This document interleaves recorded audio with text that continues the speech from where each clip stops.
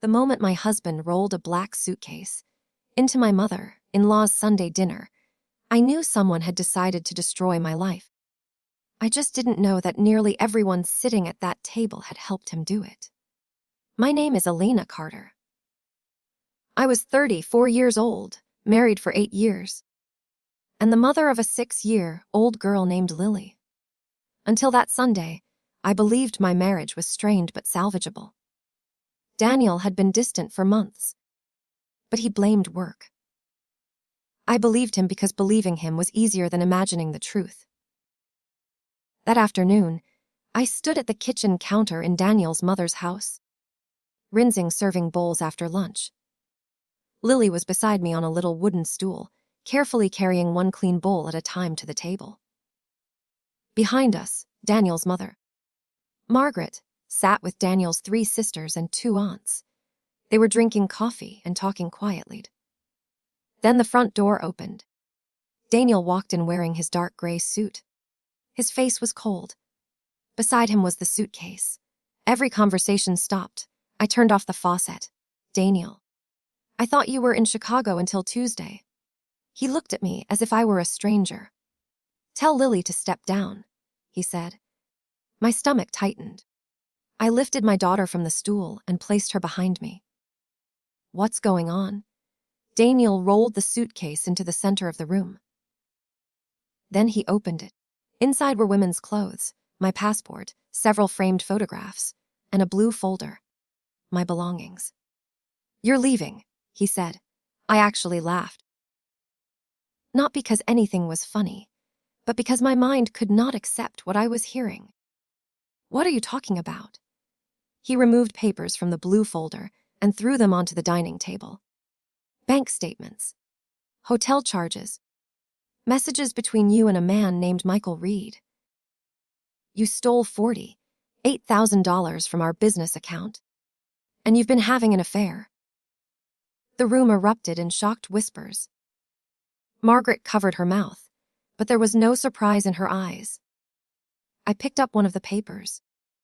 It showed transfers from Carter Design Group to an account bearing my name.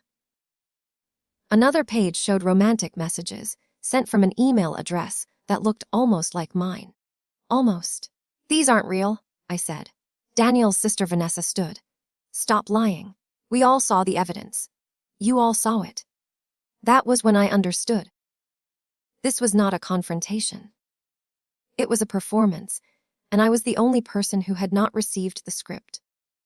Daniel pointed toward the door. "I want you out before tonight. Lily stays with me." Lily grabbed my leg and began to cry.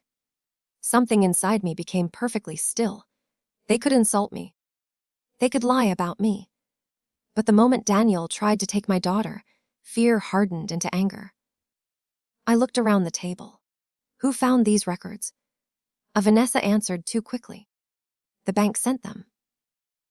Banks don't send private business statements to the owner's sister. Her face changed for half a second. It was small, but I saw it. Daniel stepped closer. "Don't make this uglier than it already is. You packed a suitcase, humiliated me in front of your family, accused me of crimes, and threatened to take my child. You made it ugly before you walked through the door." I picked up Lily. I did not touch the suitcase. I did not take the papers. I only took my purse, my phone, and my daughter. As I passed Daniel, I said quietly, "You should have checked whether your evidence could survive daylight." Then I walked out. I drove to my friend Claire's apartment. Claire was a divorce attorney, but that was not why I called her. I called because she was the one person who would believe me before asking for proof. She let Lily watch a movie in the bedroom when I explained everything. When I finished, Claire asked, "Do you have access to the business accounts?" I used to. Daniel removed my access 3 months ago. He said the company was changing accounting systems. Claire leaned back. "And when did he become distant?" "About 3 months ago. The timing was not a coincidence. She told me not to contact Daniel and not to return home alone." Then she called a forensic accountant named Noah Bennett. Noah arrived that evening carrying 2 laptops and the calm expression of a man who had seen every way money could lie. I gave him old tax records, screenshots, company emails, and every document saved in my cloud account. Within an hour, he found the first crack. The account that supposedly belonged to me had been opened online using an outdated copy of my driver's license. The contact number ended in 4418. That was not my number. It was Vanessa's. I felt sick. Vanessa had worked as Daniel's office manager for 5 years. She handled payroll, invoices, and account documents. She had access to everything needed to frame me. But I still did not understand why Daniel believed her. The next morning, the answer appeared in my email. Daniel had filed for emergency temporary custody. His petition described me as financially unstable, dishonest, and likely to flee the state with Lily. Attached were the same fake bank records and messages. This was bigger than forcing me out of the house. Someone wanted to erase me from my daughter's life. Claire moved quickly. She obtained a temporary order preventing either parent from taking Lily out of the county. She also demanded the original electronic records behind Daniel's accusations. For 3 days, Daniel refused to send them. On the 4th day, Noah found something worse. The $48,000 had not disappeared. It had been moved through the fake account, then divided between a luxury apartment deposit and a company called North Star Consulting. North Star was registered to Vanessa. The apartment lease was in Daniel's name and another woman's name. The woman was Vanessa's best friend, Sabrina Cole. My husband had not been fooled by a fake affair. He was having an affair himself.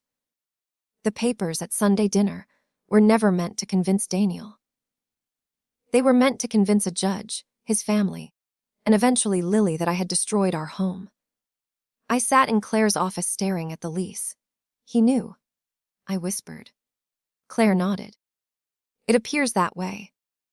I thought of every late meeting, every canceled weekend, and every time Daniel had made me apologize for questioning him. I thought of Margaret's unsurprised face and Vanessa's quick answer.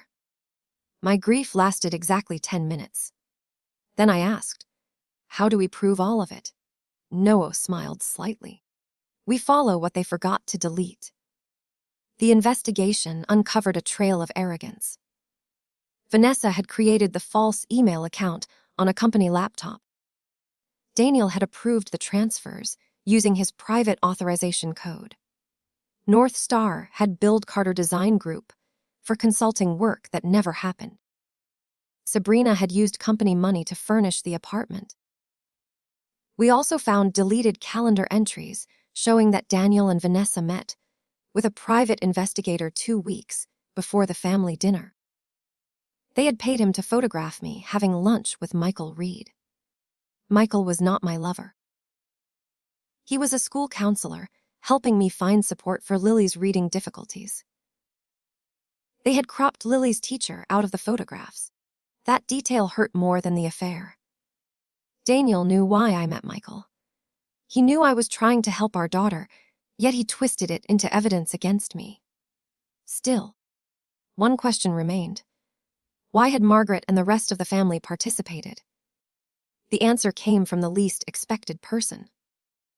Daniel's youngest sister, Rachel, called me late one night. She was crying. I'm sorry, she said. Daniel told us you were stealing from the company and planning to take Lily to Canada. Mom said, we had to support him at dinner so you couldn't manipulate us.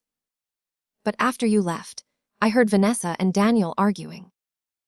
Vanessa said Sabrina was getting impatient. I recorded nothing secretly. Claire arranged for Rachel to give a lawful sworn statement the next morning. Rachel also gave us photographs of messages Vanessa had sent to the family group chat before Sunday dinner. One message said, "Whatever Elena says, do not respond." Daniel needs witnesses who saw her become unstable. That was why they had all been there. They wanted me to scream. They wanted me to throw something or threaten someone. My reaction was supposed to complete their case. But I had walked out calmly. Their plan had failed before the investigation even began. The custody hearing took place 2 weeks later. Daniel entered the courtroom, wearing the same gray suit from Sunday dinner. Vanessa sat behind him. Margaret sat beside her, holding a handkerchief. Daniel testified first. He described himself as a devastated husband who had discovered my affair and theft. He said he packed my suitcase because he feared for Lily's safety. His lawyer displayed the bank statements. Then Claire stood. She asked Daniel whether he had authorized the transfer into the account bearing my name. No, he said. Claire displayed the bank's authentication log. It showed his private code, his phone, and the exact location of his office. Daniel claimed his phone must have been stolen. Then she displayed security footage showing him entering the authorization code, while Vanessa stood beside his desk. The color drained from his face. Next came the apartment lease, the invoices to North Star, the cropped photographs, and Rachel's sworn statement. Finally, Claire presented an email Daniel had sent Sabrina 3 days before the dinner. It said, "Once Elena looks guilty and I get temporary custody, the house and company will be protected. Then we can stop hiding." The courtroom became silent. The judge looked at Daniel for a long moment.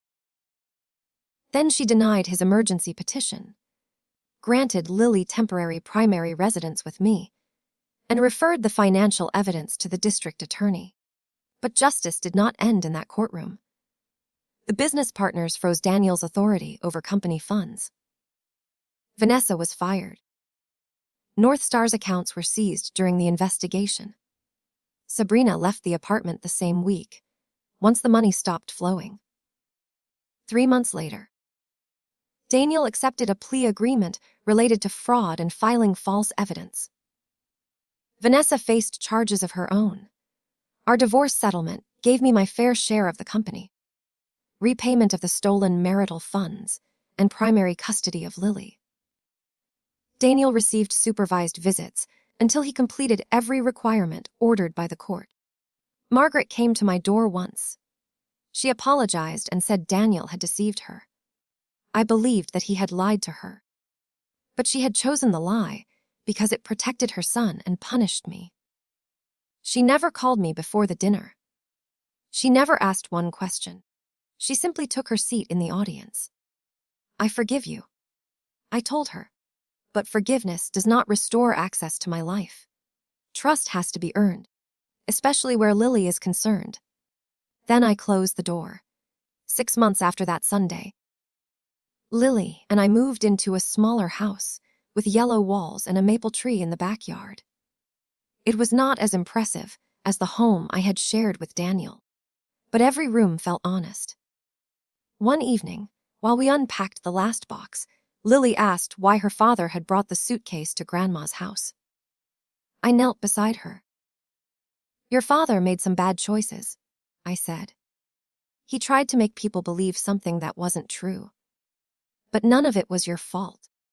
And you never have to choose between loving him and loving me." She nodded, then wrapped her arms around my neck. Later, I found the old suitcase in the garage. Claire's investigator had recovered it from Daniel's house with the rest of my property. For a moment, I considered throwing it away. Instead, I cleaned it.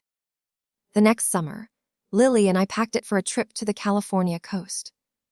We filled it with swimsuits, bright dresses, sunscreen, and the little blue camera she had received for her birthday. As I closed the zipper, I remembered Daniel standing beside that suitcase, certain he had packed my entire life and could send me away with it. He had been wrong. He had packed clothes, photographs, and a passport.